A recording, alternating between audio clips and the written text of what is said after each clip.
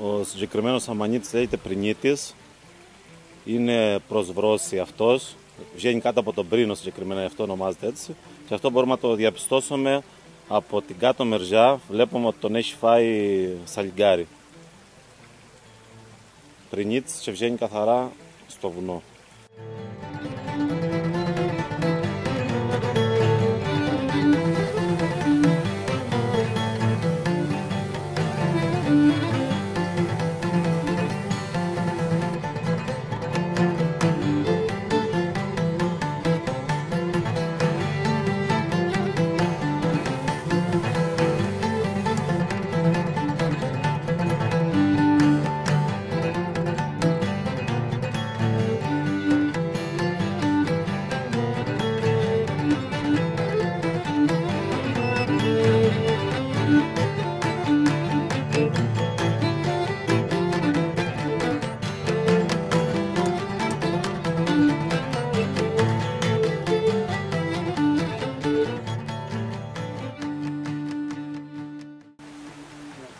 Θα πω μια ματινάδα την οποία την αφιερώσω στη Ρένια σχετικά με τον έρωτα.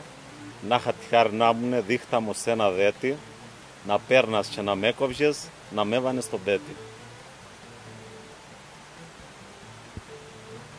Σήμερα διασχίσαμε ένα μέρος του ορεινού όγκου του Ζαρού, το οποίο είναι οι πρόποδες του Ψιλορίτη. Ξεκινήσαμε από την Ιερά Μονή Βροντισίου, ανεβήκαμε στο Σωμάρι, πήγαμε στο καταφύγιο, κατεβήκαμε στους δύο πρίνους, η οποία εκεί είναι η ευρύτερη περιοχή του Ρούβα,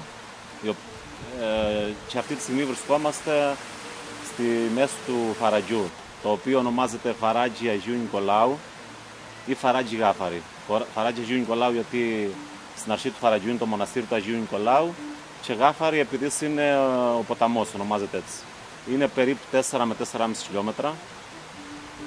Και αυτό που πρέπει να επισημάνουμε είναι ότι διασχίζει το ευρωπαϊκό μονοπάτι M4 όλη αυτή τη διαδρομή που κάναμε σήμερα.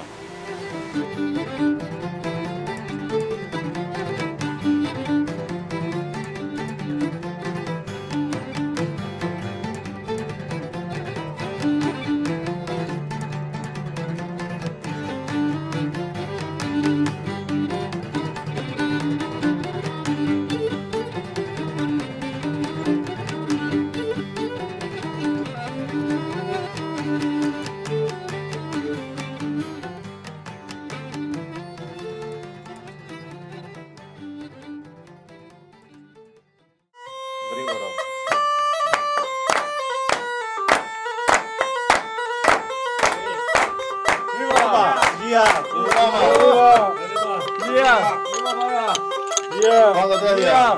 Χαρές.